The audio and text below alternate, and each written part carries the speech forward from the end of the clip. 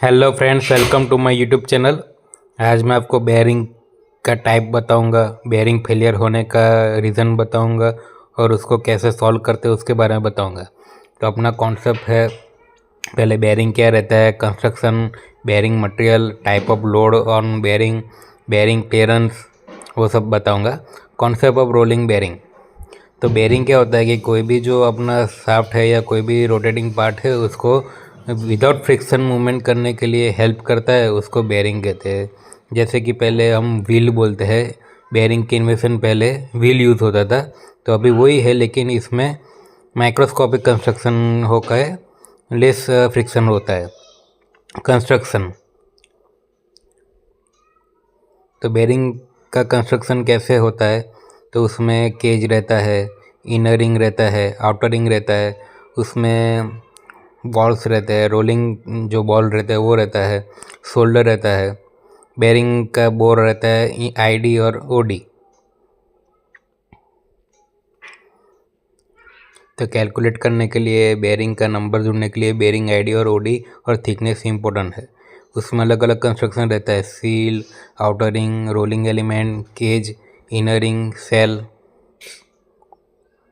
Outer ring, inner ring, cage, guide ring. तो अलग अलग बेयरिंग में अलग अलग पार्ट्स रहते हैं जो बेयरिंग के हिसाब से चेंज होता है।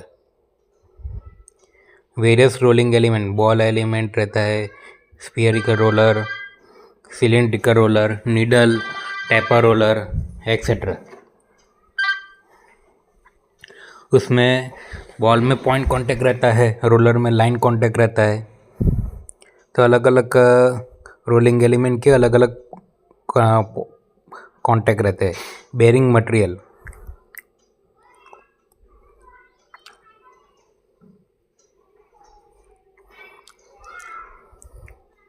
तो properties, bearing material high wear resistance रहता है, हाई रोलिंग फटीग स्ट्रेंथ रहता है, non metallic inclusion like OS रहता है। Material escape bearing, bearing ring and rolling element through hardening steel, case hardening steel. Escape bearing material SA 52100, chromium bearing ISO 68317, ceramic like SI3 and 3 and 4 for ultra high bearing material, high alloy steel like. मतलब कि आपके कौन कौन आपके कैसे material use होने वाला है उसके हिसाब से और टेम्परेचर के हिसाब से बेयरिंग मटेरियल सिलेक्शन होता है। उसमें स्पेशल फीचर्स रहते हैं, हार्ड सरफेस।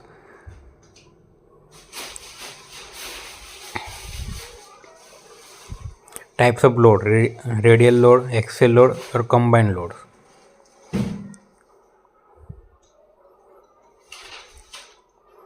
तो आप देख सकते हैं एक्सेल थ्रस्ट लोड। आप ये पिक्चर से समझ जाओगे कि थ्रस्ट लोड क्या रहता है। तो अपना जो बार रहता है उसके अंदर जो स्टूल रहता है उसके जो बेयरिंग रहते हैं वो थ्रस्ट बेयरिंग रहते हैं। रेडियल लोड,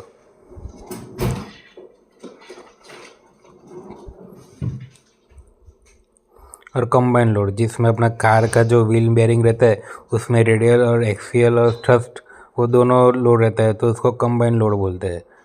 तो उसमें टेपर रोलर बेयरिंग और अदर बेयरिंग यूज होता है। बेयरिंग टाइप्स ऑफ लोड आगे बताए उसी तरफ, cylindrical roller, taper roller bearing, axial load is also called thrust load. Bearing and types of load, radial load में हमेशा सिलिंड्रिकल रोलर बेयरिंग ही use होता है। जहाँ पे आपका रेडियल लोड आएगा वहाँ पे वो बेयरिंग यूज होता है। Ball bearing, deep groove, angular contact, self alignment bearing भी रहता है। Radial load, taper roller bearing जहाँ पे वन डायरेक्शनल लोड रहता है, axial one directional radial load रहता है, वहाँ पे टेपर रोलिंग रहता है। जहाँ पे दोनों साइड से एक्सियल लोड रहेगा और रेडियल लोड रहेगा वहाँ पे डबल टेपर रोलर बेयरिंग रहेगा। तो आप इसके हिसाब से पता कर पाओगे कहाँ पे कौन सा बेयरिंग यूज़ होता है। बेयरिंग क्लियरेंस, ये काफ़ी इंपॉर्टेंट रहता है। बेयरिंग क्लियरेंस, क्लियरेंस रहता है मतलब कि बॉल और जो इनर आउटर का केज रहता है उसमें कितना गैप होना चाहिए, वो बेयरिंग क्लियरेंस होता है। तो अपना जो लोड रहता है वो ज़्यादातर बॉटम पार्ट में रहता है बेयरिंग में। तो रेडियल क्लियरेंस मतलब प्ले जो बोलते हैं और एक्सियल क्लियरेंस प्ले। ये दो टाइप का क्लियरेंस रहता है। C1 less than C2 clearance, मतलब कि क्लियरेंस रहता है। हम जनरली पंप में वो सब में C3 क्लियरेंस रखते हैं, लेकिन आपका अगर हाई टेम्परेचर में एप्लीकेशन है तो उसमें एक्सपेंशन होगा बॉल का और केज का, तो उसमें C4 या C5 क्लियरेंस का भी बेरिंग यूज़ करते हैं। अगर आपने देखा होगा तो हॉट ऑयल जो पंप का एप्लीकेशन वाला पंप रहता है उसमें C4 या तो C5 क्लियरेंस वाला बेरिंग यूज़ होता है। जैसे बताया कि एक्सपेंशन होता है टेम्परेचर की वजह से, कंप्रेशन होता है, तो उसके लिए क्लियरेंस इफेक्ट करता है। अगर आप कम क्लियरेंस वाला बेरिंग डालोगे तो वो बाद में डैमेज हो जाएगा, बार बार बेरिंग का फेलियर होगा, तो उसके टेम्परेचर वो सब देख के आपको बेरिंग क्लियरेंस सिलेक्ट करना पड़ेगा। अगर ज़्यादा लूज क्लियरेंस रहेगा तो क्या होगा, लो डिस्ट्रीब्यूशन क्लियरेंस, लेस क्लियरेंस रहेगा और मोर क्लियरेंस। तो ये इधर से आप देख सकते हो लोड डिस्ट्रीब्यूशन कैसे रहता है। Excessive clearance, loading area reduce and stress increase, bearing rigidly reduce, alignment of rolling element decrease. तो ये अगर आप ज़्यादा क्लियरेंस रखेंगे तो क्या क्या प्रॉब्लम हो सकता है वो बताया है। प्री लोड,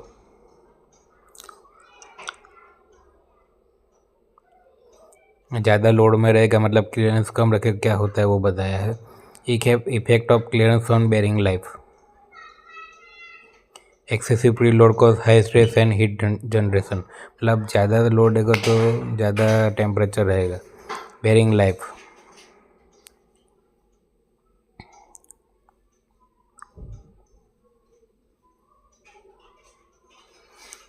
ये थोड़ा कैलकुलेशन है वो समझ में आपको कम आएगा, तो ये सब आप सिर्फ रेफर कर सकते हो।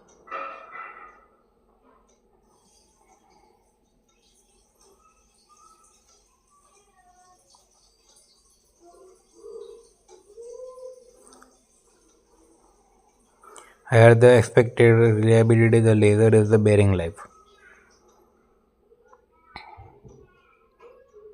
Why bearing fail, ये इम्पोर्टेंट है कि बेरिंग क्यों फेल होता है।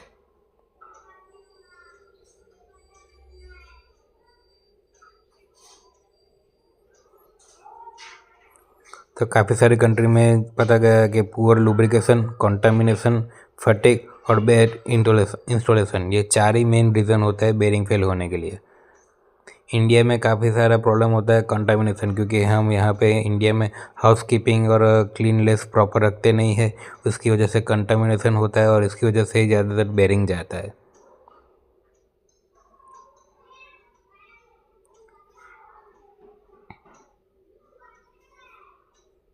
कोरोजन, मॉइस्चर आ जाता है, बाद में इलेक्ट्रिकल इरोजन,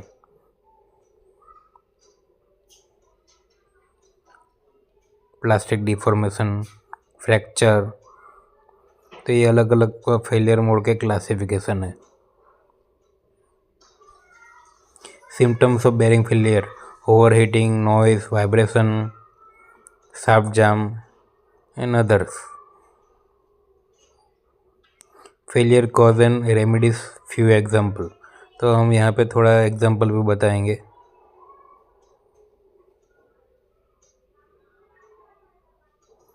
ये कोरोजन से कैसे बेरिंग फेल होता है। अगर आपका कुछ केसिंग से, पंप से, शाफ्ट से मटेरियल बेरिंग हाउसिंग में चला जाता है तो उसकी वजह से भी बेरिंग फेलियर हो जाता है, क्योंकि कोरोजन होता है। तो यहाँ पे आप देख सकते हो कोरोजन में कौन कौन सा रीज़न है और क्या एक्शन लेना चाहिए। वियर एब्रेसिव पार्टिकल्स,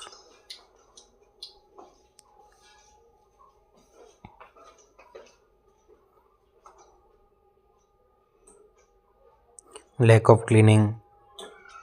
तो क्या है, काफ़ी बार हम बेरिंग को पहले से ही ओपन कर देते, बाद में लगाते नहीं है, तो वो ओपन रहता है तब उसमें पार्टिकल चला जाता है, उसकी वजह से भी प्रॉब्लम होता है। इनएडुकेट लुब्रिकेशन, एज़ पर हम जो स्टैंडर्ड है उसके ज़्यादा कम लुब्रिकेशन देंगे तो भी बेरिंग फेलियर हो जाता है। तो ये पूरा प्रॉब्लम दिखाया हुआ है, वो आपको रेफ़र करना पड़ेगा।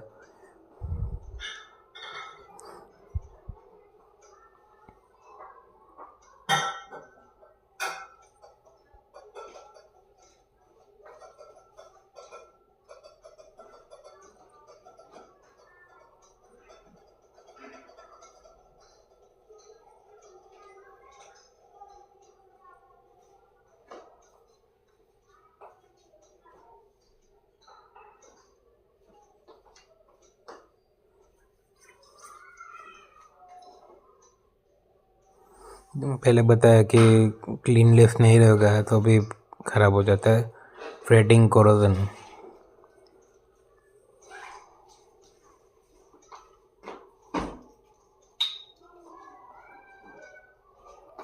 Area of rust on the outer side of the outer ring.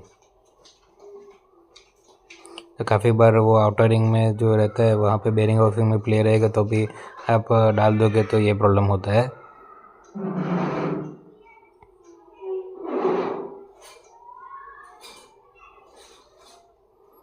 स्मीयरिंग, तो स्लाइडिंग अंदर heavy axial loading and with inaccurate lubrication ये होता है, उसकी वजह से ये प्रॉब्लम आता है। Electric current erosion,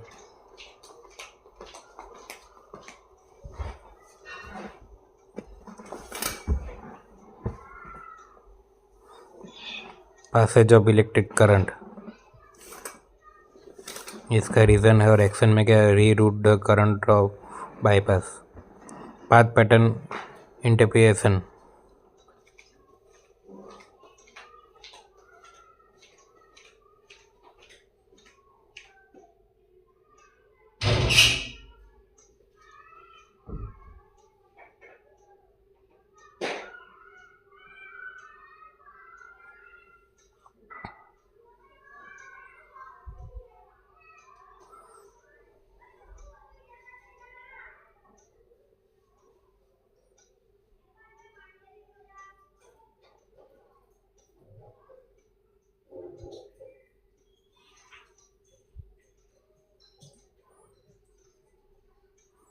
path pattern, तो उसमें यूनि डायरेक्शनल एक्सेल लोड हो गया तो उसकी वजह से भी बेरिंग फेल होता है। आप देख सकते हो कि कैसे रेडियल लोड में कैसे आउटर रिंग में क्रीपिंग इफेक्ट आता है, ये आप पिक्चर से समझ पाओगे।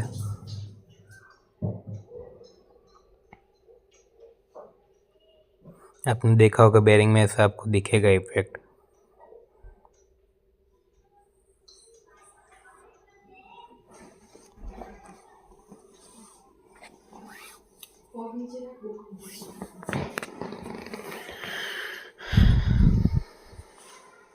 मिस अलाइनमेंट होगा तो आउटर रिंग में कैसा इफेक्ट आता है, इनर रिंग मिस अलाइनमेंट होगा तो कैसा प्रॉब्लम आता है, ये आपको पिक्चर में बताया गया है।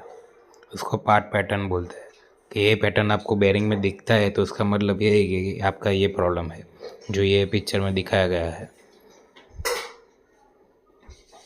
तो अलग अलग पैटर्न दिखाया है। Other important points,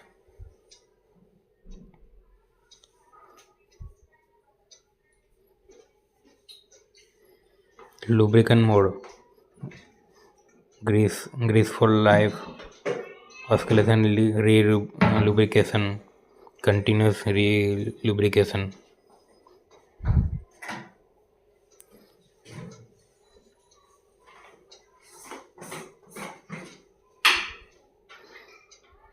non-located bearing that can move axially, axial location। Storage में हमको क्या क्या ध्यान रखना चाहिए, अगर आप बेरिंग स्टोरेज कर रहे हो तो उसमें क्या क्या ध्यान रखना चाहिए वो सब इसमें बताया गया है। तो अगर आप अपनी इन्वेंट्री रखते हो बेरिंग का स्टोर में या तो वर्कशॉप में तो वो कहाँ सावधानी रखनी चाहिए वो इसमें बताया गया है। तो आपको ये पॉइंट सब ध्यान में रखना चाहिए ताकि बेरिंग की लाइफ आप मेंटेन कर पाओ और ये बेरिंग में जो प्रॉब्लम दिखा है उससे मदद से आप उसको ओवर ड्यू करके उसको क्या प्रॉब्लम है वो फाइंड आउट कर पाओगे तो उसकी मदद से भी आप बेरिंग की लाइफ बढ़ा पाओगे।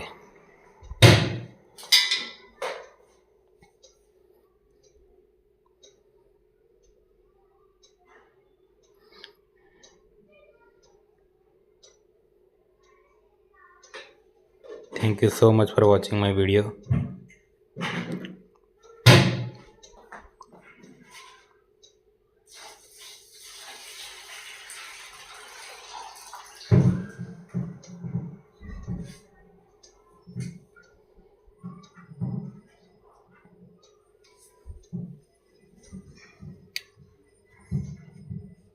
अगर आपको कुछ क्वेश्चन है तो आप मेरे को कमेंट बॉक्स में कमेंट कर सकते हो, मैं आंसर देने का ट्राई करूँगा। Thank you so much for watching my video. ऐसे ही मेरी वीडियो देखने के लिए मेरे चैनल को लाइक शेयर और सब्सक्राइब कीजिए।